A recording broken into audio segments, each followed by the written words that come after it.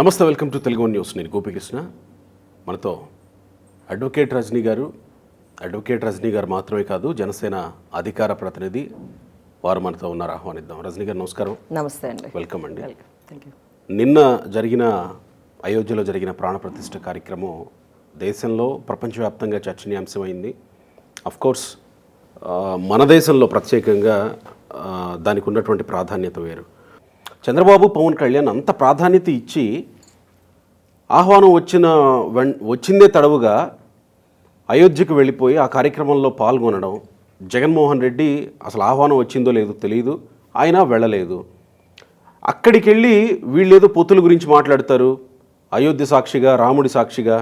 అంటే పొత్తుల గురించి మాట్లాడడానికి వెళ్ళారా పవన్ కళ్యాణ్, చంద్రబాబు? సార్, అందరికీ ఇది నేను చెప్పిన ఎంత ఎమోషనల్ ఉందో ప్రతి ఒక్కరికి అంతే ఎమోషనల్తో వెళ్ళారండి. అమితాబ్ బచ్చన్ గారు వచ్చారు, అదేదో ముఖేష్ అంబానీ గారు భార్య గారు వచ్చారు. వీళ్ళందరూ కూడా ఒక ఎమోషనల్ టచ్. 8,000 మంది ప్రముఖులు వచ్చారు. అసలు నేను ఎందుకు ఇంత భావోద్రేకానికి గురయ్యానంటే, వచ్చిన ప్రతి ఒక్కరూ ఆ ప్రదేశానికి వెళ్తే అదే భావోద్రేకానికి గురి అవుతారు. మరి ఆయనకి ఎందుకు భావోద్రేకం లేదు? ఆయనకి ఇన్విటేషన్ ఉందా రాలేదా అంటే, అరే నువ్వు సంక్రాంతి పండగ కూడా సెట్టింగ్ వేసుకుని నువ్వు నీ భార్యని కూర్చోబెట్టినావంటే, ఒకవేళ ఇందాక రఘురామకృష్ణరాజు గారు ఒక వాట్సాప్ పెట్టినారండి. అదేంటంటే, అయోధ్యకి పిలుపు ఉందా రాలేదా అంటే, ఒరే స్వామి నువ్వు అలా అడగమాక, అలా అంటే మళ్ళీ ఇంట్లో అయోధ్య సెట్టింగ్ వేసేస్తాడు, మళ్ళీ ఆ కోట్లు ఖర్చు కూడా మాకేననేసి. సో ఆయనకి చిత్తశుద్ధి దేవుడి మీద లేదు అంటే, సరే వాళ్ళ దేవుడి మీద ఆయనకు ఉండొచ్చేమో, వాట్ ఎవర్ ఇట్ మేబీ. అసలు వచ్చిందా రాలేదా ఇన్విటేషన్? వస్తే ఒకవేళ వాళ్ళ ఆవిడ పర్మిషన్ ఇవ్వలేదేమో, వాళ్ళ ఆవిడ పర్మిషన్ ఇవ్వందా ఆయన ఎక్కడికి వెళ్ళరు. లేకపోతే భర్త చెప్తే భార్య వినాలి అనే కాన్సెప్ట్ అయితే అసలు అక్కడెక్కడా లేదండి. ఎందుకంటే తిరుమల తిరుపతి దేవస్థానంలో కూడా సతీ సమేతంగానే పట్టు వస్త్రాలు ఇవ్వాల్సి వస్తే మరి భార్య లేకుండా ఎట్లా ఇస్తారు అంటే, అప్పట్లో మన కొడాలి నాని అంటే మీరు గుర్తుపెట్టుకోండి, నా అనే భేదాలు లేకుండా మాట్లాడే వ్యక్తి. కొడాలి నాని అనే పేరు మనకు తెలుసు, కానీ కొడాలి వెంకటేశ్వరరావు అని పేరు. సో వెంకటేశ్వర స్వామి మీద భక్తి ప్రవక్తులతో ఆ తల్లి పెట్టిన పేరు. అది తీసేసి నాని, తొక్క, తోలు ఇవి అంటే దేవుడి పేరు వినపడాలా నా తల్లి పెట్టింది. ఈయనేమో ఒక అలియాస్ అంటారు చూడండి, ఆ మాదిరిగా నాని అని పాపులర్ అయింది. అతను మాట్లాడతాడు, యోగి ఆదిత్యనాథ్ ఏమన్నా పెళ్ళాన్ని తీసుకెళ్ళినాడా, నరేంద్ర మోడీ ఏమన్నా భార్యని తీసుకెళ్ళినాడా, ఇట్లా వల్గర్ లాంగ్వేజ్ మాట్లాడతాడు. అరే లేనివాడు ఎట్లా తెస్తాడయ్యా స్వామి, నీకుంది కదా, నువ్వు అన్ని చోట్లకి తిప్పుతున్నావు కదా, మరి ఇక్కడికి ఎందుకు తీసుకురావు అంటే నువ్వు చెప్తే రావా? తర్వాత ఈ మధ్యకాలంలో మా జడ్జి గారు ఒకళ్ళు రిటైర్మెంట్ అయి వెళ్ళిపోతూ, అంటే సుప్రీంకోర్టుకి ట్రాన్స్ఫర్ అవుతున్న మూమెంట్లో ఆవిడ భారతి గారు, జగన్ గారు వచ్చి ఆయనకు ఒక వినాయకుడిని బహుకరించిన మూమెంట్. దాన్ని నేను రౌండప్ చేస్తే ఆవిడ చెయ్యికి ఫ్రాక్చర్ అయినట్టు కట్టారు. ఆ విగ్రహాన్ని ఆయన ఇస్తున్నాడు, ఏది జగన్మోహన్ రెడ్డి గారు చేత్తో పట్టుకొని. ఈవిడ జస్ట్ ఆయన చేతిని టచ్ అయింది, విగ్రహాన్ని కాదు చెయ్యిని టచ్ అయింది.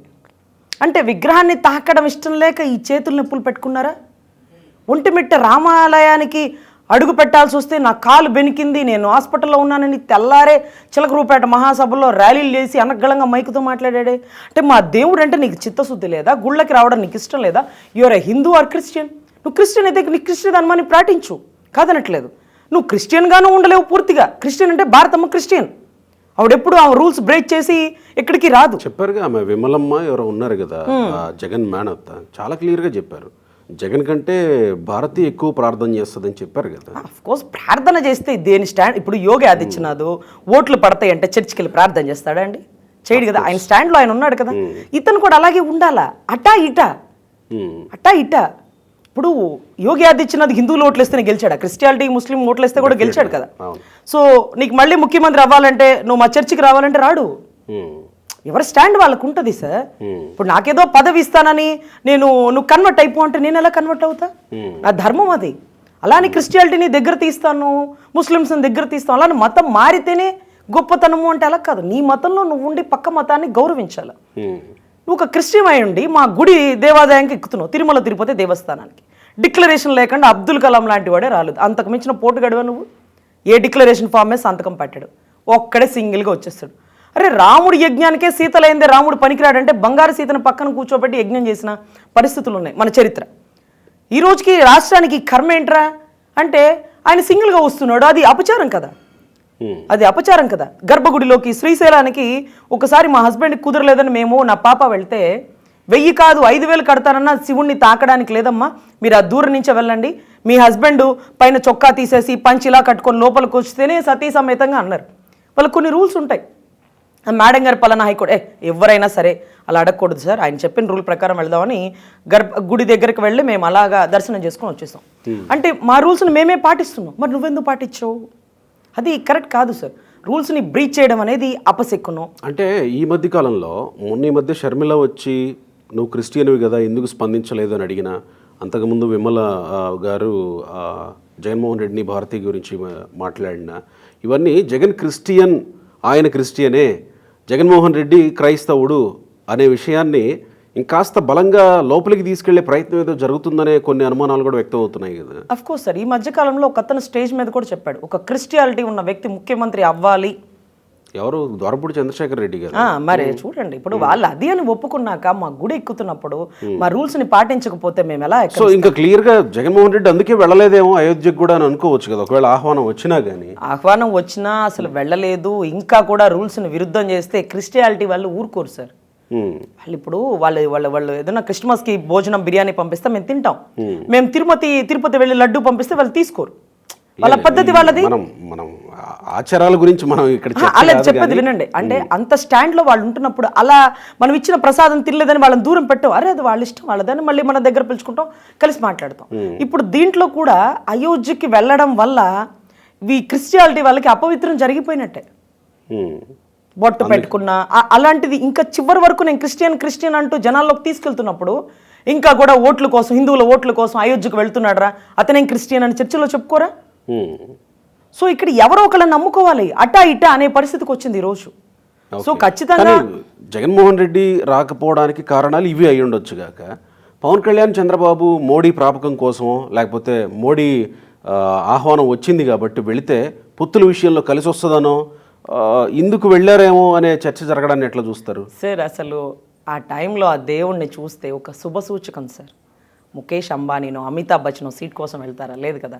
అందరూ ఏంటంటే ఒక పార్టీలోకి వెళ్ళాలి, టీడీపీ జనసేన కూటమితో గెలవాలి అనుకున్న మూమెంట్లో ఆ ప్రదేశంలో అడుగు పెడితే ఒక శుభ సూచకంగా వెళ్తారు. కానీ అక్కడ రాజకీయం చేయడానికి ఏమన్నా అంతమందిని కాదని నరేంద్ర మోడీ గారు ఏమన్నా చంద్రబాబు గారిని పక్కన కూర్చోబెట్టుకున్నారా? లేకపోతే అరే అంత ప్రేమ వలకబోస్తున్న నరేంద్ర మోడీ గారు ఏమన్నా యోగి ఆదిత్యనాథ్ని పక్కన పెట్టి మా పవన్ కళ్యాణ్ గారిని ఏమన్నా నలుగురు కూర్చున్న స్టేజ్ మీద కూర్చోబెట్టారా? లేదు కదా.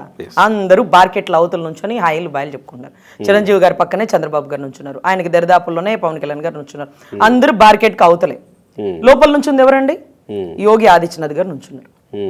అదే రకంగా ఇంకెవరో అంటే హిందూ ధర్మానికి సంబంధించిన వాళ్ళు అందరినీ బార్కెట్ లోపల నుంచి ఆయన పలకరించిన విధి విధానం. ప్రయారిటీ ఇచ్చారు అంటే తీసుకెళ్లి పక్కన కూర్చొని మా చంద్రబాబు జీ, మా పవన్ జీ అంటే అక్కడ కలిసిపోయారా బాబోయ్ అని నువ్వు భయపడాలా? అది వాళ్ళు ఆపర్చునిటీ వచ్చింది దేవుణ్ణి చూడడానికి అని వెళ్ళారు. నీకు ఆపర్చునిటీ ఇచ్చినా నువ్వు యూజ్ చేసుకోకూడదు అని నువ్వు అనుకుంటున్నావు కాబట్టి నువ్వు వెళ్ళలేదు. ఇంకా కూడా నీకు రాముని చూడాలంటే ఒక మంచి సెట్టింగ్ తాడేపల్లె వేసుకుంటాం, మొన్న సంక్రాంతి సెట్టింగ్ వేసినట్టుగా. సో అంతేకాని దీంట్లో రాజకీయం ఉండదండి. అక్కడికి వెళ్ళి ఏమనుకుంటాడు, నేను టీడీపీ నేను బీజేపీతో కలిసి పోటీ చేయాలనుకోండి, నేను సింగిల్గా వెళ్ళినా గెలవాలి స్వామి అనుకుంటాడు. జనసేన ఏమనుకుంటాడు, ఇన్ని సంవత్సరాలు 10 సంవత్సరాలు మేము కష్టపడ్డాం, నన్ను నమ్ముకున్నటువంటి కార్యకర్తలకి న్యాయం చేయనైనా ఇన్ని సంవత్సరాలు పార్టీని కాపాడుకుంటూ వచ్చాను, నువ్వు ఉన్నావు అయోధ్యకి రాముడు వచ్చాడు అంటున్నావు, మా జీవితంలో కష్టాలు కూడా పోయే రోజు రాని అయ్యా అని ఆయన కోరుకుంటాడు. మరి చిరంజీవి ఏం కోరుకుంటారు? చిరంజీవి నా తమ్ముడు బాగుండాలని కోరుకుంటాడు. అంటే అప్పుడు ఇండైరెక్ట్గా ఏమవుతుంది, నా తమ్ముడు బాగుండాలి, రాష్ట్రం బాగుండాలి అని కోరుకున్నారు అనుకోండి. రాష్ట్రం బాగుండాలన్నా ప్రభుత్వం మారాలి, తమ్ముడు బాగుండాలన్నా ప్రభుత్వంలో తమ్ముడికి ప్రయారిటీ రావాలి. సో ఎవరు ఏ కోరిక కోరుకున్నా బాలరాముడు సంతోషంగా 5 శతాబ్దాల తర్వాత అయోధ్యలో గొప్ప ఒక గుడిలో విలసిల్లారు కాబట్టి అందరి కోరికలు తీరుస్తారు. జగన్మోహన్ రెడ్డి గారు వచ్చి మా దేవుణ్ణి కోరుకోలే, ఆయన కోరికలు తీర్చడేమో. సో ఖచ్చితంగా చూడాలి. ఇక్కడ రాజకీయం అంటే మీరంటుంటే స్టేజ్ మీద ఏమైనా కూర్చోబెట్టారా? నేను మొత్తం వీడియో అంతా చూసినాలే, అందరూ బార్కెట్ అవుతలే, అందరూ సామాన్యుల్లానే కూర్చున్నారు. అసలు ఇంకా గమనిస్తే మోడీ గారు పక్కకు పిలిచి పెద్దగా పలకరించిన విధానం కూడా లేదండి. అక్కడ చూస్తే అంతమందిలో ఒకరికి ప్రయారిటీ ఇవ్వాల్సినటువంటి ఆవశ్యకత ఉండకూడదు. ఎందుకంటే అన్ని రాష్ట్రాలు క్లబ్ చేసుకునే కదా దేశానికి ప్రధాని అంటే. రైట్. ఇక ఆంధ్రప్రదేశ్ రాజకీయాల విషయానికి వద్దాం. ఇంకెప్పుడు మీ లిస్ట్ ఎప్పుడు వస్తుంది? మీ మొదటి లిస్ట్ ఎప్పుడు వస్తుంది? ఎందుకు ఇంత జాప్యం జరుగుతుంది? అంటే ఏమన్నా జరుగుతుందా లోపల? Sir lot of discussions. ఎంత డిస్కషన్ అంటే ఒక టీడీపీ సీటు జనసేన సీట్లో ఒక టీడీపీ వ్యక్తి త్యాగం చేయాల్సి ఎప్పుడో 3 నెలల ముందు పొత్తు ప్రకటిస్తే ఇప్పటి వరకు ఆ క్లారిటీ రాకపోవడం ఏంటి? సీట్ల కేటాయింపు విషయంలో ఇంకెప్పుడు ప్రజల్లోకి వెళతారు, ఇంకెప్పుడు పనిచేస్తారు అనే చర్చ వస్తుంది కదా సార్. గ్రౌండ్ వర్క్ అంతా ప్రజల్లో జరుగుతుంది సార్. మూమెంట్ ఆఫ్ ఎలక్షన్ అంతా కంప్లీట్ అయిపోయింది. ఎలక్షన్లో టీడీపీ జనసేన కూటమితో గెలుపు అయిపోయింది. ఇంక ఎలక్షనే లేటు. ప్రజల్లో మార్పు వచ్చేసింది, ప్రభుత్వానికి వ్యతిరేకత వచ్చేసింది, దళితుల్లో వ్యతిరేకత వచ్చింది, అంగన్వాడీ ఆడబిడ్డల్లో వ్యతిరేకత వచ్చింది, అమరావతి ఉద్యమం వ్యతిరేకత వచ్చింది. సో రాష్ట్రంలో స్కూల్ టీచర్లు సిపిఎస్ విధానం రద్దు చేస్తాను అంటే దానమ్మ మొగుళ్ళంటి జీపీఎస్ విధానాన్ని తీసుకొస్తే వాళ్ళలో వ్యతిరేకత వచ్చింది. ఇవంతా ఓట్ బ్యాంకింగే కదా. నీకు కనపడతల్లా ఈ ఓటింగ్ అంతా ఎక్కడ పోతుంది? అంతా ఆపోజిట్కే వచ్చేస్తుంది. ఆపోజిట్ ఎవరుంటాడు, ఇక్కడికి మాత్రం రాదు. సో ఇప్పుడున్న టైంలో డిలే ఎందుకు అవుతుందంటే వైసీపీ నుంచి చాలామంది వీడి ఇక్కడికి వచ్చేస్తున్నారు. అంటే మారు మనసే పొందారా, లేకపోతే నిజంగానే వాళ్ళకి అక్కడ జగన్ గారితో ఉండడం ఇష్టం లేదా, అంటే వాళ్ళ కోసం వెయిట్ చేస్తున్నారా ఏంటి? అంటే అఫ్ కోర్స్ ఈరోజు మీరు గమనిస్తే ముద్రగడ గారు వచ్చినారు, అంబటి రాయుడు వచ్చినారు, అదే రకంగా అదే సుమతి కాలమతి మందమతి లాగా ఒక్కొక్క చేప తెలివి తెలుసుకొని బయటకు వస్తూ ఉంది. సో వీళ్ళందరికీ కూడా ప్రయారిటీ ఇవ్వాల్సిన ఆవశ్యకత. ఇప్పుడు బాలశౌరి గారు బయటకు వచ్చారు. వైసీపీలో రైట్ హ్యాండ్ లెఫ్ట్ హ్యాండ్ అనే దానికంటే జగన్ గారి ఆత్మ అనేది బాగా ప్రాచుర్యంలోకి వెళ్తుంది. బిజినెస్లు కల్ప్ చేస్తారని, లేకపోతే రాజకీయంగా ఉంటారని, ఒకే ఫ్లైట్లో వాళ్ళే ట్రావెల్ చేస్తుంటారని కొంత. అతను ఈరోజు వైసీపీ గూటిని వీడి మన దగ్గరకు వచ్చినప్పుడు మనం ప్రయారిటీ ఇవ్వాలా వద్దా? అఫ్కోర్స్ శ్రీకృష్ణదేవరాయలు ఒక యంగ్స్టర్, అనర్గళంగా హిందీ ఇంగ్లీష్ మాట్లాడగల సమర్థుడు, ఎంగేజింగ్. సో అటువంటి వ్యక్తి ఈరోజు టీడీపీకి వస్తే టీడీపీలో ప్రయారిటీ ఇవ్వాలా వద్దా? అన్నీ వదిలేసుకొని మొదటి నుంచి కూడా జగన్ గారిని అంటే టీడీపీని కానీ పవన్ కళ్యాణ్ గారిని ఎప్పుడు విమర్శించకుండా న్యూట్రల్గా ఉన్నటువంటి శ్రీకృష్ణదేవరాయలు ఈరోజు మన పార్టీలోకి వస్తే మనం ప్రయారిటీ ఇవ్వాలా వద్దా? ఇవ్వాలి. అదే రకంగా ఇది ఓకే, కానీ తెనాలి లాంటి PSC chairman Nadendla Manohar contest చేయబోతున్న కాన్స్టిట్యున్సీల్లోనే క్లారిటీ లేదు, నాయకులకే క్లారిటీ లేదు. ఆయనేమో నేనే పోటీ చేయబోతున్నా అంటారు. ఆలపాటి రాజా లాంటి వాళ్ళేమో చూడాలి మరి ఏం జరుగుతుందో అని ఆయన అంటారు. అంటే ఇలాంటి కాన్స్టిట్యున్సీల్లోనే క్లారిటీ లేకపోతే మిగతా కాన్స్టిట్యున్సీల పరిస్థితి ఏంటి? అఫ్కోర్స్ సత్తెనపల్లి కన్నా గారు వర్క్ చేసుకుంటున్నారు సార్. పత్తిపాటి పుల్లారావు గారు చిలకరూపేటలో వర్క్ చేసుకుంటున్నారు సార్. కొన్ని ఏరియాలో కొంతమంది ఫిక్స్డ్గా వర్క్ జరుగుతుంది. అంటే ఇప్పుడు మీరు జరుగుతున్నటువంటి ఈ డౌట్ ఇద్దరి మధ్య వారంటే ఒక్కరు త్యాగం చేయాలి. ఆ త్యాగశీలి ఎవరు అనేది చాలా ఇంపార్టెంట్. ఇప్పుడు ఆలపాటి రాజా గారు ఎప్పటి నుంచో అక్కడే ఉంటున్నారు. అదేదో చెప్పేస్తే, అదేదో ఆ లిస్ట్ ఏదో ఇచ్చేస్తే ఒక క్లారిటీ వస్తుంది. కన్విన్స్ అవ్వాల్సిన వాళ్ళు కన్విన్స్ అవుతారు, కన్విన్స్ కాలేని వాళ్ళు ఇంకేదో వాళ్ళ దారి వాళ్ళకి చూసుకుంటారేమో కదా సార్. క్లారిటీ లేదు మీకు నాకే, వాళ్ళ క్లారిటీ ఉంది. అవునా? వాళ్ళ క్లారిటీ ఉండబట్టే ఊరంతా ఫ్లెక్సీలు ఎవరు వస్తున్నాయో మీకు తెలియదు కాదు. సో కానీ ఇక్కడ త్యాగం చేసిన వ్యక్తికి ఎంత ప్రయారిటీ ఇవ్వాలి అనేది ఒక్కటైతే ఆ ఊరు యాక్సెప్ట్ చేయట్లా. ఇతన్నైతే మేము గెలిపించాం, ఇతన్నైతేనే గెలిపిస్తాం అనే స్టాండ్కి వస్తే అక్కడ కొంచెం వార్ నడుస్తుంది. సో దాంట్లో న్యూట్రల్గా ఇప్పుడు కమ్యూనిటీ పరంగా చూసుకుంటే ఆలపాటి రాజా గారు కానీ లేకపోతే నాదెండ్ల మనోహర్ గారు కానీ ఒకటే కమ్యూనిటీ. జనసేన వింగ్ ఒకటి ఉంది కాబట్టి అందరం కలిసి ఆయనకి మద్దతు ఇస్తాం. ఇన్ని సంవత్సరాల నుంచి ఆలపాటి రాజా గారు పుట్టిన ప్రదేశమో మరి అవన్నీ నాకు తెలియదు, కానీ ఎప్పటి నుంచో ఆయన స్టాండ్ అక్కడే ఉంటుంది. సో ఆయనే గెలవాలి, ఆయనే రావాలి అన్నట్టుగా టీడీపీ శ్రేణులు. ఎప్పుడు జనసేన మాత్రం నేనే రావాలి, నేనే గెలవాలన్నది ఇన్ఛార్జ్, నా డ్యూటీ, నేను అక్కడ ఆఫీస్ పెట్టుకున్నాను, నేను ఫ్లెక్సీలు కట్టుకుంటున్నాను, నేను వర్క్ చేసుకుంటున్నాను అంతే. ఈ సీట్ నాదే, నేనే పోటీ చేస్తున్నానని ఎక్కడ కూడా నాదెండ్ల మనోహర్ గారు స్లిప్ అవ్వరు. ఎందుకంటే చాలా క్లియర్గా జగన్మోహన్ రెడ్డి ఈ విషయంలో తను చెప్పిన మాట నెగ్గించుకుంటూ మార్చేసుకుంటూ వెళ్ళిపోతున్నాడు కదా. మీలాంటి కన్ఫ్యూజన్ మీ ప్రత్యర్థి పార్టీలో లేదు. ఇది కాస్త మీకు మైనస్ అవుతుందేమో కదా? మైనస్ ఎలా అవుతుంది అంటే ఈరోజు చిలకరూపేట నుంచి విడుదల రజనీని తీసుకొచ్చి గుంటూరులో వేశారు. అవును. గుంటూరులో ఎవరు పోటీ చేస్తున్నారో మీకు తెలుసా? లేదు కదా. ఎవరు గుంటూరు 2 నుంచి ఎవరు చేస్తున్నారు మీకు తెలియదు, క్లారిటీ నాకు తెలియదు. కానీ ఇక్కడ ఎవరిని నిలబెడుతున్నారో జగన్మోహన్ రెడ్డికి తెలుసు కాబట్టే విడుదల రజనీని దించారు అని ఎందుకు అనుకోరు?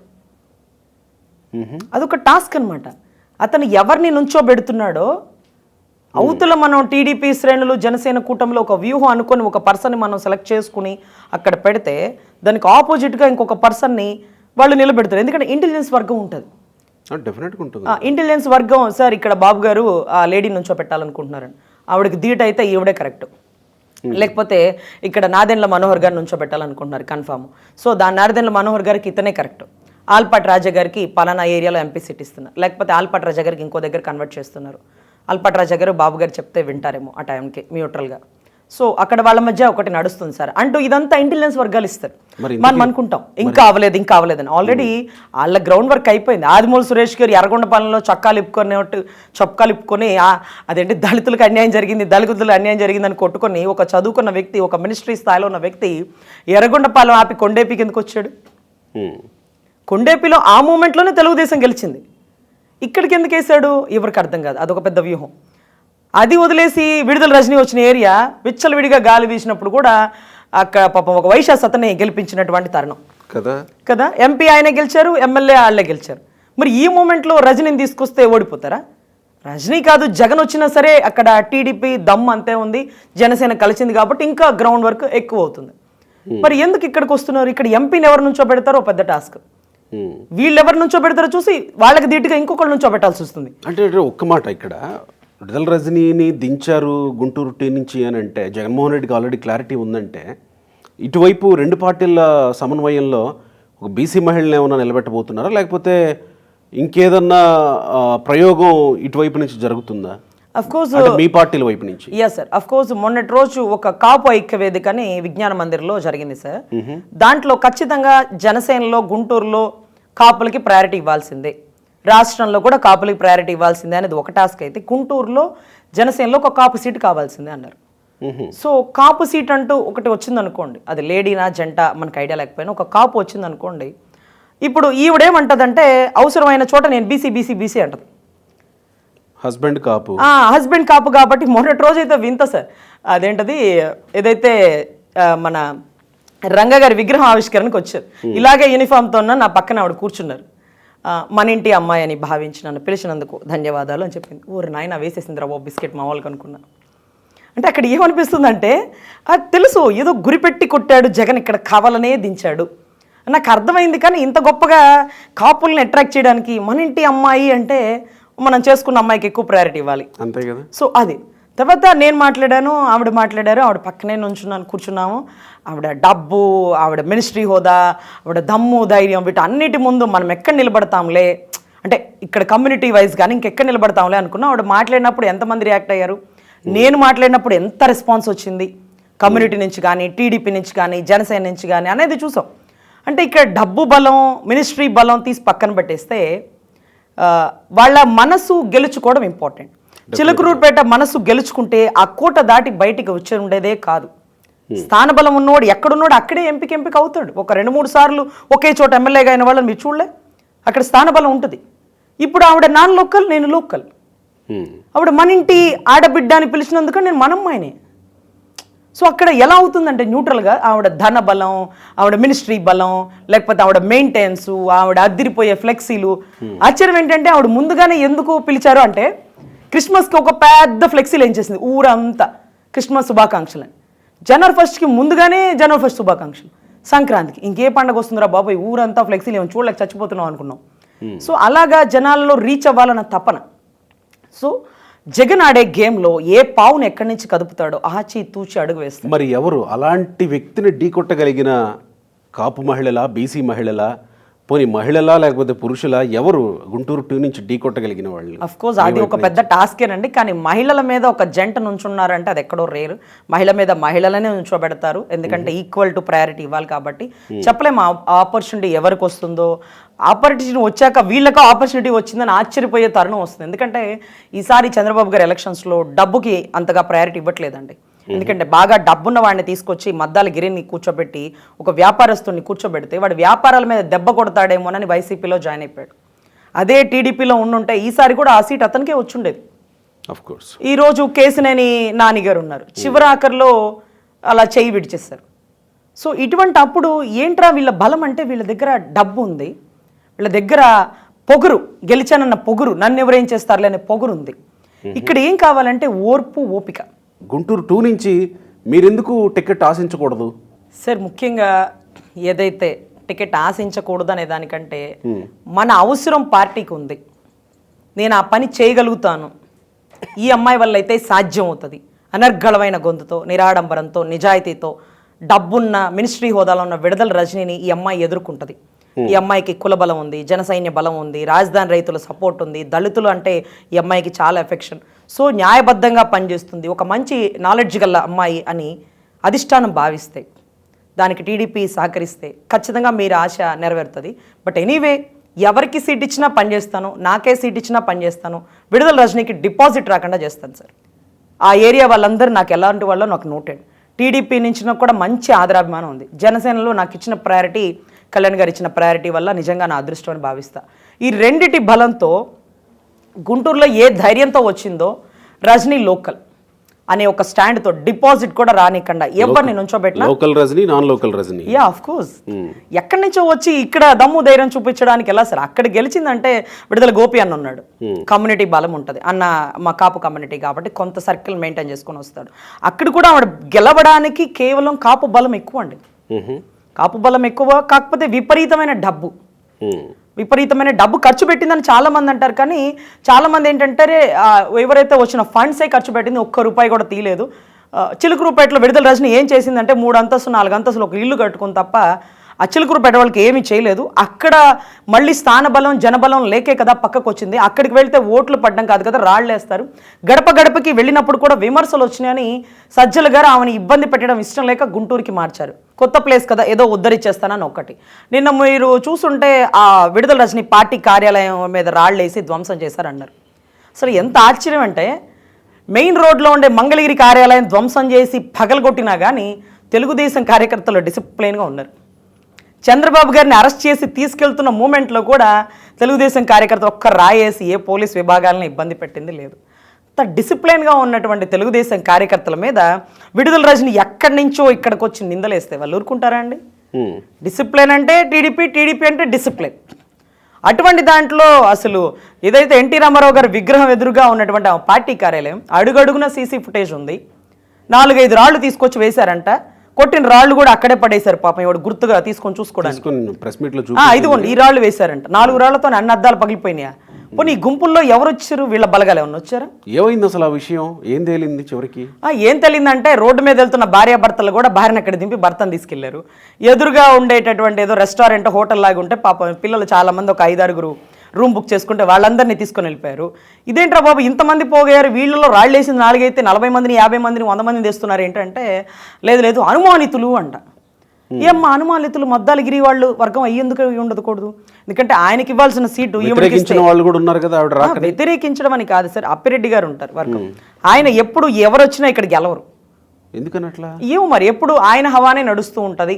సో అలా ఆయన కూడా ఆవిడకి వ్యతిరేకం అయి ఉండొచ్చు. ఈరోజు పక్కన తిరిగి ప్రచారం చేయొచ్చేమో కానీ గెలుస్తుంది అనుకున్న మూమెంట్లో ఎవరైతే అక్కడ గెలుస్తారో అప్పుడు అప్పిరెడ్డి గారు డౌన్ అవుతారు, ఆ గెలిచిన ఎమ్మెల్యే అప్ అవుతారు. ఎవరైతే ఎమ్మెల్యే గెలవలేదనుకో అప్పిరెడ్డి గారు అప్పులో ఉంటారు, వాళ్ళు ఎప్పుడు డౌన్లోనే ఉంటారు. సో ఆ వ్యూహం ఏమన్నా నడుస్తుందేమో అని వాళ్ళు అనుకోవచ్చు కదా. అంటే ఇది కూడా నా ఆలోచనలేండి. ఎనివే మద్దాలగిరి గారు ఉన్నారు పాపం, ఆయన టీడీపీ హవాలో గెలిచి పాపం మనసు చంపుకొని వైసీపీలో వచ్చాక ఎందుకు వచ్చారు? ఈసారి వైసీపీ ఎమ్మెల్యేగా పోటీ చేద్దామని వచ్చారు. ఆ రోజు వచ్చేటప్పుడు కూడా ఒక అండర్స్టాండ్ తీసుకుంటారు, గిరి నువ్వు రాగిరి ఇటు వచ్చేసాయి, మళ్ళీ కూడా నీకే ఇస్తాను ఆ సీట్ అని. ఈరోజు గిరికి వ్యతిరేకంగా ఇస్తే ఆర్య వైశ్యులు అందరూ విజయవాడ ఫ్లెక్సీలు కట్టేశారండి, మాకు అవమానం జరిగిందని. ఏమో ఆర్య వైశ్యులు వచ్చి రాళ్ళు వేసి కుట్టుండ్రా? ఎప్పుడూ లేని తెలుగుదేశం వాళ్ళు కొడతారని నువ్వు ఆలోచిస్తున్నావా? ఏమో వైశ్యులు వచ్చి కొట్టుండొచ్చు, రాపిరెడ్డి గారు వాగ్రవ్ వచ్చి కొట్టుండొచ్చు. విడుదల గోపి అన్న చిలకరూపేటలో మంచి హవా చలాయించి ఆవిడ గెలుపుకి 100లో 90% ఆయన కారణమయ్యాడు. ఈవిడేముంది అట్ట ఇటు తిరగడమే కదా. అసలు అన్న నడిచి వస్తే మాస్, అన్న నుంచుంటే మాస్ అన్నట్టుగా విడుదల రజనీ గారు నడిచిన ఒక వీడియో వచ్చేస్తుంది ఫేస్బుక్లో, నుంచున్న ఒక వీడియో, దండం పెట్టిన ఒక వీడియో, ఇలా పిల్లల దగ్గర తీసుకున్న ఒక విషయమే కదా. చక్కగా ఉపయోగించుకున్నారు సోషల్ మీడియాని. సోషల్ మీడియాలో ఉపయోగించుకున్నప్పుడు ఏమన్నా మంచి కార్యక్రమాలు చేస్తే చూస్తారు కానీ ఆవిడేసుకున్న ఖాదీ ఖద్దర్ బండార్, పోచంపల్లి, గద్వాల్ చీరలు ఇవి కనపడుతున్నాయి తప్ప ఎడు తిరిగిన ఆవిడ సేవా కార్యక్రమం ఏంటో కనపడట్లే. ఆవిడ సొంత డబ్బుతో ఏమన్నా ఖర్చు పెట్టిందా? పార్టీ దాంట్లో ఏమన్నా వాష్రూమ్స్ తెప్పించిందా? ఒక బస్ స్టాండ్ కట్టించిందా? లేకపోతే చిలకూరుపేటలో ఎక్కడన్నా లేని చోట రోడ్లు వేయడానికి ప్రయారిటీ ఇచ్చిందా? ఏమీ చేయలేదండి. ఆవిడ మెయింటెనెన్స్ తగ్గనీయకుండా ఆవిడ చుట్టూ ఒక వర్గం, ఏదంటే ఆ వర్గం ఏంటంటే బ్యూటీ పార్లర్ వాళ్ళు. చీర కట్టడానికి ఒకళ్ళు, ఫేస్ ప్యాక్ వేయడానికి ఒకళ్ళు, ఆవిడ మెయింటెనెన్స్కి ఒకళ్ళు, చీరకు తగ్గట్టు వాచ్ ఒకళ్ళు, ఇవన్నీ చేసుకుంటూ ఆవిడ బయటికి వెళ్తే ఇలా నడిస్తే ఒక వీడియో, ఇలా నుంచుంటే ఒక వీడియో, ఈ వర్గం. వీళ్ళందరూ సోషల్ మీడియా టీం కానీ, ఆవిడ మెయింటెనెన్స్ టీం కానీ, ఆవిడ డైట్ టీం కానీ, ఈ టీమే ఎక్కువైపోతుంది తప్ప జనాల్లోకి వెళ్ళి మేడం అటు వెళ్ళకూడదు, అటు బాగా ఎండ ఎక్కువగా ఉంది, మళ్ళీ మీకు సన్ రైజ్ ఇబ్బంది ఉంటుంది, మీరు వచ్చాడా ఓకే ఓకే ఓకే డన్ లేదు, ఒక్కసారి ఇలా ర్యాలీ చేసినాను వెంటనే మళ్ళీ కారెక్కేసిద్ది, కారెక్కగానే ఫేస్ ప్యాక్లు అవి ఇవి హడావుడి. ఏంటి ఇదంతా? జనాల్లోకి వెళ్ళేవాళ్ళు ఒకప్పుడు సోనియా గాంధీ, ఇందిరాగాంధీ గారిని చూస్తే వాళ్ళ దగ్గర ఎంత డబ్బు ఉందో మీకు తెలియదు కాదు, ఎంత స్టేటస్లో ఉందో మీకు తెలియదు కాదు. ఎప్పుడు ఖాదీ ఖద్దర్లో ఉండేటటువంటి ఒక white colour light colour saris కట్టుకొని చాలా నిరాడంబరంగా వెళ్తారు. ఏ ఫ్లెక్సీ చూడండి, ఆడవాళ్ళకి అసూయ వచ్చేలాగా బా ఈ చీర భలే ఉందే అని మేమే అనుకుంటాం సార్, మేమే అనుకుంటాం. ఆవిడ ఫ్లెక్సీ చూసినప్పుడల్లా బ్లౌజ్ పీస్ దీనికి ఎలా సెట్ అయింది, నిజంగా ఆడవాళ్ళకి ఈర్ష్య జరుగుతుందా? మరి ఎందుకు జరగదు సార్? ఎన్ని రకాల ఫొటోస్ తీసుకొని నేను ఆ షాప్స్కి వెళ్ళి అడిగిన తరుణాలు కూడా ఉన్నాయి. ఈ సారీకి బ్లౌజ్ ఎలా సూట్ అవుద్ది సార్ అంటే, ఇది అలా తీసుకోవాలండి, ఇది సపరేట్గా తీసుకోవాలండి, ఇది చీరలో వచ్చింది కాదని చెప్తారు. ఆవిడ దానికి తప్ప దేనికి పనికిరారండి. సో ఇవాళ నచ్చుతుంది జనాలకి, రేపు నచ్చుతుంది, ఎల్లుండి ఏం చేసిందిరా ఆవిడ ఫ్లెక్సీల్లో కనపడ్డం తప్ప, ఓవరికి అందంగా రెడీ అయితే రాష్ట్రానికి వచ్చే నష్టం ఏంటి, లాభం ఏంటి అంటూ చర్చలు బిగిన్ అవుతాయి. జనాల్లోకి వెళ్ళాలా, ఒక ఓల్డ్ ఏజ్ హోమ్కి నేను నా సొంత డబ్బు ఇచ్చాను అనాలా, ఈ ఏరియాలో రోడ్డు లేదు సార్ నేను వచ్చే వరకు, ఇప్పుడు నేను రోడ్డు వేయించానని చెప్పాలా. ఎంతసేపు విడుదల రజని అంటే క్వారీల్లో మట్టి తవ్వుకోవడం, మా హైకోర్టులో కొన్ని కేసులు కూడా నమోదై ఉన్నాయి ఆవిడ మీద, ఇసుక తవ్వకాల్లోంచో మట్టి తవ్వకాల్లోంచో. మా లక్ష్మీనారాయణ గారని గణపార అడ్వకేట్ గారు వేశారు సార్, ఆవిడ ఎమ్మెల్యే అయితే ఎవరికి ఎక్కువ అమ్మా తప్పు చేస్తే ఏకి పడేస్తానంటూ లాయర్లే ముందుకు వచ్చేస్తున్న విధి విధానాలు. బహుశా విడుదల రజనీ గురించి ఇంత క్షుణ్ణంగా ఎవరు పరిశోధించి ఉండరేమో మీలాగా. సార్ యాక్చువల్లీ ఆవిడలో నచ్చింది ఏంటంటే నాకు ఆ మెయింటెనెన్స్ సార్ చాలా బాగా నచ్చుతుంది. నేను ఆవిడ పక్కన కూర్చున్నప్పుడు కూడా అబ్బా వాళ్ళ ముందు మనం ఏం పనికి వస్తాం. ఆవిడ వాచ్ ఉంటుంది సార్, వాచ్ని ఒక 2-3 లక్షలు తక్కువ ఉండదు సార్. నేను మా హస్బెండ్కి కూడా ఇంటికి వచ్చి చెప్పాను, విడుదల రజనీ గారు పెట్టుకున్న వాచ్ నువ్వు పెట్టుకున్న వాచ్ లాగే ఉంది, అది ఇదే బ్రాండ్ అదే బ్రాండ్ అంటే. ఆమెను చూసి మనం ఏం ఫాలో అవుతాము అంటే ఆవిడ మెయింటెనెన్స్ సార్. ఇప్పుడు లాయర్ రజనీ ఏంటంటే అబ్బా భలే నిజాయితీగా మాట్లాడుతుంది, ఎంత దూరమైనా ప్రాణాలు తెగించి పోటీ చేస్తుంది, ఎక్కడ వెనుకంచ వేయదు, మన పిల్ల మన వాళ్ళ కోసం కష్టపడుతుంది, అటు చూసి రాజధాని రైతుల కోసం కష్టపడుతుందని మన గురించి చెప్పుకోవడానికి ఒక చరిత్ర ఉంటుంది సార్. ఎటు తిప్పి ఎటు వచ్చినా సరే ఏం చేసిందిరా విడుదల రజనీ అంటే అందరికీ తెలిసింది మెయింటెనెన్స్. తర్వాత సజ్జల గారు అండర్లో ఉంటుంది, ఆయన చెప్పారు కాబట్టి ఆవిడకి ఇక్కడ సీట్ ఇచ్చారు, రేపు ఎక్కడైనా సీట్ ఇస్తారు, ఇక్కడ ఓడిపోయినా సరే ఏదో ఒక దాంట్లో తీసుకొని ఆవిడకి ప్రయారిటీ ఇస్తారు అని ఒక స్టాండ్. సో మంచి పేరు చెడ్డ పేరు అనేది మీ అందరికీ తెలుసు కదా. రైట్. ఇక కాపులు విషయానికి వస్తే ప్రత్యేకంగా మొన్నటి వరకు వైసీపీలోకి వెళతారు, టీడీపీ నుంచో లేకపోతే జనసేన నుంచో వీళ్ళు కూడా వెళ్ళే అవకాశం ఉంది అని పేర్లు వినిపించిన ఏ ఒక్కళ్ళు కూడా వైసీపీలోకి వెళ్ళకపోగా, వైసీపీలో ఉన్నటువంటి సిట్టింగ్ ఎంపీలు, వైసీపీలో జాయిన్ అయినటువంటి అంబటి రాయుడు లాంటి వాళ్ళు, ముద్రగడ పద్మనాభం జాయిన్ అవ్వాలనుకున్నటువంటి వాళ్ళు మళ్ళీ ఇటు జనసేన వైపు చూడడానికి ఏం మంత్రం వేశారు సార్? ఏ మంత్రం అనేది కాదు సార్, కమ్యూనిటీలో ఒక నాయకుడు బయటకు వచ్చినప్పుడు, ఈ టైంలో మన అవసరం ఉన్నప్పుడు, ఇంకా కూడా మనం కులంలో ఒక నాయకులు అనే పేరు చెప్పుకుంటూ వైసీపీలో ఉంటే, కులంలో ఒక బిడ్డ బయటకు వచ్చినప్పుడు మన వంతు సహాయంగా మనం ఏం చేసాం. ఉట్టప్పుడు అంటే వైరుధ్యాలు ఉంటాయి, ఒకే కుటుంబంలో అన్న తమ్ముళ్ళు కొట్లాడుకుంటారు, బయటికి వెళ్ళినప్పుడు తమ్ముడికి ఏదైనా ఇబ్బంది వస్తే నోరు మూసుకొని అన్న వచ్చి సహాయం చేస్తాడు. ఇంట్లో వీళ్ళిద్దరికి విపరీతమైన శత్రుత్వం ఉంటుంది, కానీ బయటకు వచ్చి మనోడిని క్వశ్చన్ చేస్తుంటే అదేంట్రా మనోడు మన తమ్ముడు అన్న ఉద్దేశంతో బయటకు వచ్చినటువంటి కారణాలు అని మమ్మల్ని కూడా ఏం తీర్మానించుకున్నారు, ఈ కమ్యూనిటీ ఏం తీర్మానించుకొని పవన్ కళ్యాణ్ వెంట నడవాలనుకుంది సార్? ఈసారి రాష్ట్ర అభివృద్ధి విషయంలో, రాష్ట్ర రాజకీయంలో కాపులు పెద్దన్న పాత్ర పోషిస్తాం. అన్నయ్య ఏది చెప్తే మేము అది చేయడానికి సిద్ధంగా ఉన్నాం. ఇప్పుడు షర్మిల ఆంధ్రప్రదేశ్లోకి వచ్చి పీసీసీ పగ్గాలు తీసుకొని జగన్మోహన్ రెడ్డిని విమర్శిస్తుంటే చంకలు గుద్దేసుకుంటున్నారు జనసేన, టీడీపీ, మిగతా కాంగ్రెస్లో ఉన్నటువంటి వ్యక్తులు కూడా. నిజంగా షర్మిలని కాంగ్రెస్ పార్టీలో ఉండి జగన్మోహన్ రెడ్డికి వ్యతిరేకంగా పనిచేయడానికి వచ్చింది అని నమ్మాల్సిందేనా?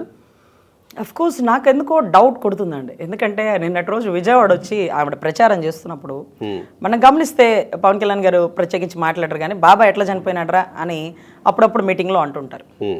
అదే రకంగా చంద్రబాబు గారు మీటింగ్ స్టార్ట్ చేయగానే హూ కిల్డ్ బాబాయ్ అని అడుగుతారు. మరి షర్మిలమ్మ ఎందుకు అడగలా? అదే రకంగా ఏదైతే క్రిస్టియన్ నువ్వు అసలు మణిపూర్లో ఘటన జరిగితే నువ్వేం చేస్తున్నావు అంట. అరే మణిపూర్లో ఘటన జరిగితే ఈయనేం చేస్తాడు, గాడిదలు కాస్తాడా? ఈయన రాష్ట్రంలో జరుగుతున్న ఘటనలు ఏంటి, హిందూ దేవాలయాల మీద జరుగుతున్న దాడులు ఏంటి, రాష్ట్ర పరిస్థితి ఏంటి అని అడగల. అప్పులు పాలు చేస్తావు, అమరావతి లేదు, ఏం చేస్తున్నావు జగన్ అని అడుగుతుందే కానీ ఏమన్నా నువ్వు తల్లిని రాజీనామా చేసి అమ్మ రాజీనామా ఇచ్చి పంపించేసినావు. నీ గెలుపుకు కారణమైన మమ్మల్ని తెలంగాణలో వదిలేసినావు. 175 సీట్లు చెల్లికి ఒక్క సీటు ఇవ్వలేదన్నా నువ్వు రాజకీయంగా ఎవరిని మెప్పిస్తావు అంటూ ఒక్క మాట కూడా సొంత విషయాలు మాట్లాడలేదండి. అదేదో ఒక పెద్ద సీక్రెట్గా నాకేదో తంతంది. ఏంటి మీకు వచ్చిన అనుమానం ఏంటి? ఏమో మరి నాకైతే ఇదేంట్రా బాబు, వ్యక్తిగతంగా టార్గెట్ చేయకుండా ఏదో రాజకీయంగా 4 డైలాగులు చెప్పాలి కాబట్టి చెప్పి వెళ్ళిపోయిందా అంటే బాబాయ్. కాంగ్రెస్ పార్టీ జాతీయ పార్టీ కదా, వ్యక్తిగత విషయాల జోలికి వెళ్ళకూడదు అనుకుందాం. ఏమో సార్, అసలు ఆవిడికి జరిగిన అన్యాయమైన అడగాలిగా చచ్చి. ఇప్పుడు వ్యక్తిగత విషయాలంటే ఆయన్ని పర్సనల్గా ఇబ్బంది పెట్టకూడదు, భారతి గారి గురించి ఆయన గురించి మాట్లాడకూడదు. నాకు జరిగిన అన్యాయం ఏంటి? ఇప్పుడు నేను ఎందుకు పార్టీ వదిలి కాంగ్రెస్లోకి వెళ్ళాను? ఎందుకు నీ గెలుపుకి జగనన్న వదిలిన బాణంగా అన్ని వేల కిలోమీటర్ల పాదయాత్ర చేసి నేను నా భర్త ప్రార్థనలతో నా తల్లి విజయమ్మ కన్నీళ్లతో గెలిచినావే అన్న. రామ్ గోపాల్ వర్మ సినిమాలో మా గురించి ఏమన్నా ఒక చిన్న స్క్రిప్ట్ అన్న పెట్టినావా? మొత్తం నీ భారతి గారు చేయి పట్టుకొని అడిగినట్టు ఆవిడ అడిగింది కాబట్టి నువ్వు ముఖ్యమంత్రి అయిపోయినట్టు. ఆవిడేం చేసింది, నువ్వేం చేసినావు, మేమెంత కష్టపడ్డాం, మా కష్టం నీళ్ళలో పడేసిన ప్రయాసలాగా చేసినావే అని ఎక్కడ ప్రస్తావించలే. కానీ నేను అదే అంటున్నా, షర్మిల వస్తే మనకే ఉపయోగం అవుతుందని మీరు లెక్కలేసుకున్నారు కదా. ఇప్పుడు మళ్ళీ షర్మిల మీద ఎందుకు అనుమానాలు వస్తున్నాయి? సార్, షర్మిల గారి మీద అనుమానం అనేది కాదు, కానీ కాంగ్రెస్ పార్టీ తప్పు చేసిన వాడినైనా పార్టీలోకి తీసుకోగల సమర్థత గల పార్టీ అది. ఎటువంటి వ్యక్తినైనా పార్టీలోకి తీసుకుంటుంది. కాంగ్రెస్ మీద బురద జల్లి రాళ్ళేసి కొట్టినోడిని కూడా పార్టీలోకి తీసుకోగల సమర్థత గల వ్యక్తి కాంగ్రెస్ పార్టీ. రేపటి రోజు తల ఒగ్గి జగన్ రాడు అని ఎందుకు అనుకుంటున్నారు? ఒకవేళ రాకపోతే సిబిఐ అరెస్ట్ చేసేస్తుందేమో. కాంగ్రెస్లోకి వస్తాడంటారా జగన్? అంటే ఒకవేళ వస్తే ఓడిపోతున్నాడు అని తెలిస్తే, ఇప్పటి వరకు బీజేపీ చెయ్యందించింది అనే ఒక నమ్మకం రాష్ట్ర ప్రజలందరికీ ఉంది. బీజేపీ సహాయం లేకుండా సెంట్రల్లో బెయిల్ రాదు, బీజేపీ సహాయం లేకుండా సిబిఐ ఇంత కేసు ఇన్ని సంవత్సరాలు పొడిగించదు అనుకున్న మూమెంట్లో ఈరోజు ఏదో ఒక సెంట్రల్ సపోర్ట్ ఉండాలని మళ్ళీ అక్కడికి వెళ్ళిపోతే రాష్ట్ర పరిస్థితి ఏంటి? అన్నా చెల్లెళ్ళు కలిసి మళ్ళీ ఏమైనా చేస్తారేమో అని కొద్దో గొప్ప అనుమానం. ఇదంతా నిజం కాదు, అనుమానం.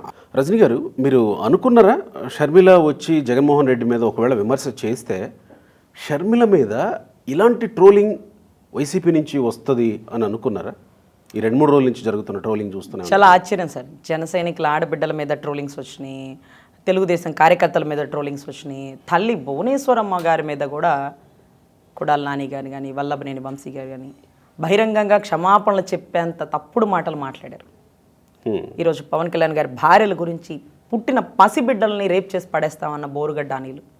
ఇవన్నీ చూశాక వీడికి తల్లి చెల్లి నా నీ అనే భేదాలు లేవని ఫిక్స్ అయిపోయాను సార్. ఇంకొకటి ఏంటంటే, షర్మిలమ్మని విజయమ్మని తెలంగాణలో కేసీఆర్ ప్రభుత్వం అరెస్ట్ చేసిన పరిణామంలో విజయమ్మ ఒంటి మీద చెయ్యేసి కానిస్టేబుల్ గుంజుతుంటే నాకు కన్నీటి పర్యంతం వచ్చేసింది. ఎందుకంటే రాజశేఖర రెడ్డి గారి భార్య పక్క రాష్ట్ర ముఖ్యమంత్రి తల్లిని అసలు ఎంత దమ్ము ధైర్యం ఉంటే కేసీఆర్ చెయ్యేస్తాడు సార్? వీళ్ళిద్దరికి మ్యూచువల్ రిలేషన్స్ ఉన్నాయని మనందరికీ తెలుసు కదా, కొద్దో గొప్ప, కేసీఆర్కి జగన్కి అని. మరి జగనే చేపించినాడా? రోడ్డుకి ఇచ్చినాడా? సొంత పార్టీ పెట్టడానికి వీల్లేదని పక్కకు పడేసినాడా? అయినా సరే నిలబడాలన్న తపంతో షర్మిలమ్మ కాంగ్రెస్కి వెళ్ళిపోయిందా? ఇంత దారుణం సార్. కనీసం పోనీ వాడెవరో తెలియక చేసినాడా కేసీఆర్ అనుకోని, మళ్ళీ వెళ్ళి జగన్ అన్న కనీసం పరామర్శించాడా? ఫోన్ చేసి నీకెంత ధైర్యం ఉంటే పక్క రాష్ట్ర ముఖ్యమంత్రి తల్లి మీద చేయేస్తావరో నువ్వు అని అంటాడా? అసలు అర్థం కాని విషయం ఏంటంటే, అరే దగ్గరుండి చేయించాడేమో అనిపించేసిన డౌట్స్ వచ్చినాయి మాకు. అంటే ఇప్పుడు ఈ ట్రోలింగ్ కూడా జగన్మోహన్ రెడ్డి ఆదేశాలతో జరుగుతుందంట. ఆఫ్ కోర్స్ జగన్మోహన్ రెడ్డి లేకుండా పంచ్ ప్రభాకర్ ఒక మాట మాట్లాడతాడండి? ఎవరు వీళ్ళందరూ ఆయన చల్లినటువంటి దారుణం. పంచ్ ప్రభాకర్ మాట్లాడు అసలు చాలా దారుణం. వాడు వదిలేసిన వాడిని నువ్వు ఎలా చేసుకున్నావు, నీదేంటి, అసలు ఆవిడేంటి, ఆవిడ పుట్టుకేంటి, ఆవిడ బాతుకి. అంటే సొంత చెల్లి పార్టీ కోసం పనిచేసిన వ్యక్తి, కష్టపడిన వ్యక్తి, అలాంటి వ్యక్తిని కూడా ఇలా ట్రోల్ చేస్తారని బహుశా ఎవరు ఊహించు. మీరు ఊహించకపోవచ్చు అండి. ఆవిడ అన్ని ఊహించే బరిలోకి దిగిందండి. ఈ ఒక్క విషయాన్ని గుర్తుంచుకుంటే, వివేకానంద రెడ్డి గారి మర్డర్ కేసు జరిగినప్పుడు షర్మిలమ్మ సాక్ష్యానికి పిలిచినప్పుడు షర్మిలమ్మ చెప్పిన మాట, చిన్న ఆయన చనిపోయే ఒక నెల ముందు బెంగళూరు ప్యాలెస్కి వచ్చినాడట. వచ్చి షర్మిలమ్మ నువ్వు కడపలో అడుగు పెట్టాలా, కడప ఎంపీగా పోటీ చేయాల్సిందే, అవినాష్ రెడ్డి గారు కుళ్ళు కుతంత్రాలు నా ఎమ్మెల్సీలో దగ్గరుండి ఓడించాడు, నిన్ను గెలిపించి నేనేంటో చూపిస్తానంటే చెల్లి గజగజా వణికిపోయింది. చిన్న ఆయన ఎందుకు అంత రిస్క్ చేస్తున్నావు, అన్న కోపం అవుతుంది, అన్నకి ఎందుకు అలా ఇబ్బంది పెడుతున్నావు, అన్న అరుస్తాడు, అన్న ఊరుకోడట. అదేంటని 175 చోట్ల నువ్వు పోటీ చేసినప్పుడు తల్లి చెల్లి పోటీ చేయకుండా ఎట్లా? నువ్వేమో పులివెందులో పోటీ చేస్తావు, తల్లి వైజాగ్లోనా? నువ్వు వైజాగ్లో చేయించుక తల్లిని పులివెందులో పెట్టి సానుభూతితో గెలిచేది పాపం. షర్మిలమ్మ ఏడున్నా గెలిచిద్దిగా, అనర్గళంగా మాట్లాడగల వాక్చాతుర్యం ఉంది కదా. ఎందుకు రాజకీయంలోకి రాలివ్వలేదు? వస్తే ఊరు కూడా ఆవిడకి తెలుసు. ఈరోజు వస్తుండగా నన్ను ఏమైనా చేస్తాడు, ట్రోలింగ్ దాకా మీరు వెళ్ళారు, చంపినా కూడా ఆశ్చర్యపోనక్కర్లేదు. రాజకీయం అంటే అదేదో ఒక సిద్ధాంతం అనమాట. ఎవరిని ఎదగనివ్వకూడదు, నేను ఒక్కడిని ఎదగాల, నేనే రాజు నేనే మంత్రి అనే దాంట్లో జోగేంద్ర ఉంటాడు చూడు, ఆ జోగేంద్ర క్యారెక్టర్ అనమాట ఈయన. అంటే వాళ్ళు రాజకీయాల్లోకి వస్తే జగన్మోహన్ రెడ్డికి ఏంటి సార్? ఆ అమ్మాయి రాజకీయాల్లోకి వచ్చి వైఎస్ఆర్ ప్రభుత్వంలో 2 ఎమ్మెల్యేలు అయితే ఎవరు ముఖ్యమంత్రి ఎంపిక చేస్తారు అని ఓట్లు వేయాల్సి వస్తే మొత్తం షర్మిలమ్మకే వేస్తారండి. ఎందుకంటే జగన్ గారు వెనకాల భారతి గారు ఉన్నారు. సో ఆ భారతి గారు అందరిలో జగన్ని కలవనివ్వరు, ఆవిడకి నచ్చిందే చేపిస్తారు, ఆమె టీంని మేనేజ్ చేసుకుంటుంది. షర్మిలమ్మ అయితే మా రాజన్న బిడ్డ, అందరికీ న్యాయం చేస్తుంది అన్న ఉద్దేశంతో వీళ్ళిద్దరూ ఎమ్మెల్యేలై 151 సీట్లు వస్తే ఎవరు జగన్ అంటే ఎవరు ముఖ్యమంత్రి అని ఎంపిక చేయాల్సి వస్తే షర్మిలమ్మకి ప్రయారిటీ పెరుగుతుంది. అందుకే రాజకీయంలోకి ఎప్పుడు కొత్త వ్యక్తిని రానివ్వరండి. అంటే సన్నిహితులైనా రక్త సంబంధికులైనా సరే, ఒకటి ఎదగాలనుకున్నోడు. అప్పట్లో మన సినిమాలో రాధా జోగేంద్ర ఉంటాడు కదా, ఈయన భారతీ జగన్ అనమాట. భారతీ జగన్, నేనే రాజు నేనే మంత్రి, అన్నీ నేనే. సో నా భార్య అంటే నా చెల్లి ఉండకూడదు, నా తల్లి ఉండకూడదు అన్నటువంటి పరిణామంలో వివేకానంద రెడ్డి గారు చనిపోక ముందే షర్మిలమ్మ ఆంధ్రాలో రాజకీయంగా అడుగు పెట్టాలంటే గజ గజ వణికింది. అంగన్వాడీల విషయంలో ఏం జరిగింది? 42 రోజుల పాటు దీక్ష చేశారు. సరే, వాళ్ళు పట్టు వీడరేమో ఎస్మా ప్రయోగించారు, వినలేదు. టెర్మినేషన్ ఆర్డర్స్ ఇచ్చారు, వినలేదు. అలా ముందుకెళ్ళారు. రాత్రికి రాత్రి ఏం జరిగింది అసలు? మీరు పాల్గొన్నట్టున్నారు కదా వాళ్ళ దీక్షల్లో. అసలు చాలా రోజులు నేను వాళ్ళతో రెగ్యులర్గా గుంటూరులో వెళ్ళి కూర్చునేదాన్నండి. ఎస్మా ప్రయోగానికి ముందు 52 రోజులు దాటిపోయిందండి. 52 రోజులు దాటిపోయింది. నేను వాళ్ళకి చెప్పేదాన్ని, వచ్చే ప్రభుత్వం ఏదైనా సరే మేనిఫెస్టోలో మీ గురించి పెట్టాల్సిందే. మీతో చర్చలు చేసి మీరు అడిగినంత కాకపోయినా ఎంతో కొంతకి ఒప్పించి మిమ్మల్ని ఇక్కడ నుంచి పక్కకు తొలగించాలి. అప్పటి వరకు మీరు ఉద్యమం ఆపకండి, ఏ ప్రభుత్వాన్ని నమ్మకండి, మేనిఫెస్టోలో పెట్టాలి. ఈరోజు చంద్రబాబు గారు చెప్తారు ఏదో ఒక న్యాయపరమైన చట్టం ఒకటి తీసుకొచ్చారు, అది భూరక్షణ చట్టం, ఆ చట్టాన్ని మేము తీసేస్తాము, దానివల్ల కోర్టులకి ఇబ్బంది జరుగుతుంది, ఎంఆర్ఓలకి బలం ఎక్కువైపోతుంది అన్నారు. అది మేనిఫెస్టోలో పెడతామన్నారు. అదే రకంగా అంగన్వాడీ వాళ్ళ గురించి చర్చలు చేస్తామంటూ లోకేష్ గారు, పవన్ కళ్యాణ్ గారు, చంద్రబాబు గారు అందరూ మాట్లాడారు. ఇప్పుడు ఇంకా కూడా వీళ్ళ ఉద్యమం కొనసాగితే వ్యతిరేకత అనేది క్లియర్గా కనపడుతుంది. అందుకనే వీళ్ళని ఉద్యమం ఆపడానికి ఏం చేశారనేది ఒక పెద్ద సీక్రెట్. ఎందుకంటే అంత గట్టిగా ఉన్న వీళ్ళు ఉద్యోగాలు పోతే అన్న వెనకాల ఏమన్నా పెద్ద గవర్నమెంట్ పోస్టు, రిటైర్ అయితే బెనిఫిట్, పోతే కుటుంబంలో ఉద్యోగం, ఆయన ఉన్న 25,000 జీతగాళ్ళ కాదు, 11,500. దీంట్లో గ్యాస్ వాళ్ళే కొనుక్కోవాలి, ఆ రెంట్లు కరెంట్లు వాళ్ళే కట్టుకోవాలి. ఇవంతా పోగా పసిపిల్లలకి 1-2 కడిగేటటువంటి వాళ్ళు పాపం. ఎస్మా ప్రయోగించడమే అతిపెద్ద చర్య, దానికి మించి టెర్మినేషన్ ఆర్డర్స్. ఇంత మొండిగానా? ఇంతమంది దాదాపు 1,00,000కి పైగా అంగన్వాడీలు ఉన్నారు కదా సార్. ఒక వ్యక్తి హిట్లర్ లాగా బతకాలనుకుంటున్నాడా, ఒక వ్యక్తి గబ్బర్ సింగ్ లాగా ఉండాలనుకుంటున్నాడా నాకైతే తెలియట్లా. ఎవరన్నా వీళ్ళు మనకి ఇబ్బంది పెడతారు అనుకుంటే వాళ్ళతో సామరస్యంగా మాట్లాడతాం. వీళ్ళు మనకు వ్యతిరేకత అవుతారంటే వాళ్ళతో కలిసి పనిచేయడానికి మనం ఇష్టపడతాం. ఎందుకంటే వాడు శత్రువు అయినా అవని, వాడు పక్కన ఉంటేనే మనం గెలవగలుగుతాం అన్నప్పుడు. వాడు శత్రువు అవుతున్నాడని తెలుసు, వాడి వల్ల వ్యతిరేకత జనాల్లోకి వెళ్తుందని తెలుసు. పాలిచ్చే తల్లులు రాష్ట్రాన్ని పరిపాలించరా అంటూ ఆడవాళ్ళని రాజకీయంలోకి తీసుకొచ్చిన ప్రభుత్వాలను చూసాం. కానీ నడి రోడ్డు మీద అమరావతి ఆడబిడ్డలు చీరలు లాగి కొట్టిన తరుణాలు మేము చూసాం. బూటుకాలతో అన్యాయంగా ఆడబిడ్డల్ని కొట్టిన తరుణాలు మేము చూసాం. ఈరోజు మళ్ళీ అంగన్వాడీ ఆడబిడ్డల మీద జరుగుతున్న అన్యాయాన్ని కళ్ళతో చూస్తుంటే ప్రభుత్వానికి చిత్తశుద్ధి లేదా? లేకపోతే ప్రభుత్వం ఇలాగే నేను పరిపాలిస్తాను చేతనైంది చేసుకోమంటదా? ఈరోజు దళితుల మీద జరుగుతున్న దాడులేంటి, అంగన్వాడీ వాళ్ళ మీద ఎస్మా ప్రయోగం ఏంటి, అమరావతి ఆడబిడ్డల కర్మలేంటి? ఏంటి అంటే ఒక ఆడబిడ్డ ఏడుపుతోనే లంక మొత్తం దహనం అయిపోతే ఇంతమంది ఆడపిల్లలు ఏడుస్తుంటే ఈ ముఖ్యమంత్రి ప్రభుత్వం ఉంటుందా అండి? సో ఈ ఎస్మా ప్రయోగం అనేది ఒక వింత. అసలు ఎమర్జెన్సీ అనేది అసలు దీని కింద రాదు. వీళ్ళేమన్నా అంత అత్యవసర గవర్నమెంట్ ఎంప్లాయీస్ కాదు. వీళ్ళు అంటే వీళ్ళ కోరికలు కూడా చిత్తశుద్ధిగా, న్యాయబద్ధంగా, ధర్మబద్ధంగా ఉన్నాయి. వీళ్ళేమి మాకు 40,000 జీతాలు ఇచ్చేయమల్లా, అదే రకంగా వీళ్ళేమి మమ్మల్ని పర్మనెంట్ చేసేసి మాకు ఇంత డెలివరీ ఇంత అమౌంట్ ఇవ్వాలి మేము రిటైర్ అయ్యేటప్పుడు, తర్వాత మేము పోతే మా ఉద్యోగం ఇంకొకరికి, ఇన్ని ఏమీ అడగల. కొద్ది గొప్ప అడిగారు, అవి న్యాయబద్ధమైనవి, అవి ఇవ్వాల్సినటువంటి బాధ్యత ఉంది. అసలు నాకు అదే ఆ పెద్ద ట్విస్ట్ అండి. మీరు ఇందాక అన్నారు కదా ఎందుకు సమ్మె ఆపేశారు అంటే, నాకు తెలియట్లా. రేపు పొద్దున మళ్ళీ వచ్చి కూర్చుంటారా, లేకపోతే వీళ్ళని అరెస్ట్ చేసిన తర్వాత వీళ్ళు తగ్గారా, టెర్మినేషన్ అన్నాక ఇక ఉద్యోగాలు పోయినాయి, అసలు నిండా మునిగినోడికి చలెందుకని టెర్మినేట్ చేస్తారు కదా, ఇంకా వచ్చి కూర్చొని ధర్నా చేయొచ్చుగా. ఉద్యోగాలు పెరగని పోతాయి అనుకున్నప్పుడు ఒక భయం ఉంటుంది. ఉద్యోగాలు పోయాక ఇంక అడ్డం తిరిగిపోతే వచ్చే ప్రభుత్వం ఈ ఉద్యోగాలు ఉన్న ప్రతి ఒక్కరిని మళ్ళీ విధుల్లోకి తీసుకుంటాం, మీరు అడిగిన న్యాయబద్ధమైన డిమాండ్లు మేము స్వాగతిస్తాం, మేము చర్చలు చేసి అనుసంధానంగా మీకు మంచి ప్రకటన ఇస్తాం అని చెప్తారు కదా. ఇప్పుడు కదా చేయాలి ధర్నా, ఇప్పుడు ఎందుకు చేయట్లా? భయపెట్టారా, చంపుతామన్నారా, కిడ్నాప్ చేస్తామన్నారా, లేకపోతే ఇంకేమన్నారు? ఎందుకని అంత పౌరుషంగా ఉన్న ఆడబిడ్డలు వెనక్కి తగ్గారు? నాకు అర్థం కావట్లేదు. నిండా మునిగినోడికి చలి ఎందుకని, ఉద్యోగాలే పోయినప్పుడు ఇంకొంచెం ధైర్యంగా బయటికి రావచ్చు కదా. ఏం జరిగి ఉంటుందని మీరు అనుకుంటున్నారు? నాకే అర్థం కావట్లేదు సార్. అది 4 గోడల మధ్యన జగన్ అంటే ఇప్పుడు షర్మిలమ్మ రాజకీయాల్లోకి రావడానికి ఎందుకు భయపడింది? తల్లి రాజీనామా చేయగానే ఎందుకు వెళ్ళిపోయింది? ఎందుకు వాళ్ళు ఆంధ్రాకి అడుగు పెట్టడానికి భయపడుతున్నారు? No secret. అసలు ఏం జరుగుతుందో తెలియట్లేదు సార్. ఆయన ఎలా భయపెడతాడు, ఎలా తన దారిలోకి తెచ్చుకుంటాడు, అసలు ఆయన ఏం మాట్లాడతాడు? ఏమో చిక్కటి చిరునవ్వు అప్పుడప్పుడు కనపడుతుంటుంది, కానీ అసలు ఆయన లోపల వెనకాల రెండో జగన్ అనేవాడు బయటకు వస్తే రాష్ట్రం సర్వనాశనం అయిపోతుందండి. సో ఖచ్చితంగా అసలు వాళ్ళతో ఏం మాట్లాడాడు, ఆ చర్చల ఆంతర్యం ఏంటి, భయపెట్టాడా, ప్రలోభ పెట్టాడా, చంపేస్తానన్నాడా? ఇప్పుడు ఏమన్నాడు, షర్మిల రాజకీయాల్లోకి వస్తే వివేకానంద రెడ్డి గారి గతి పట్టే నీకు పట్టిద్దంటే ఏం గతి?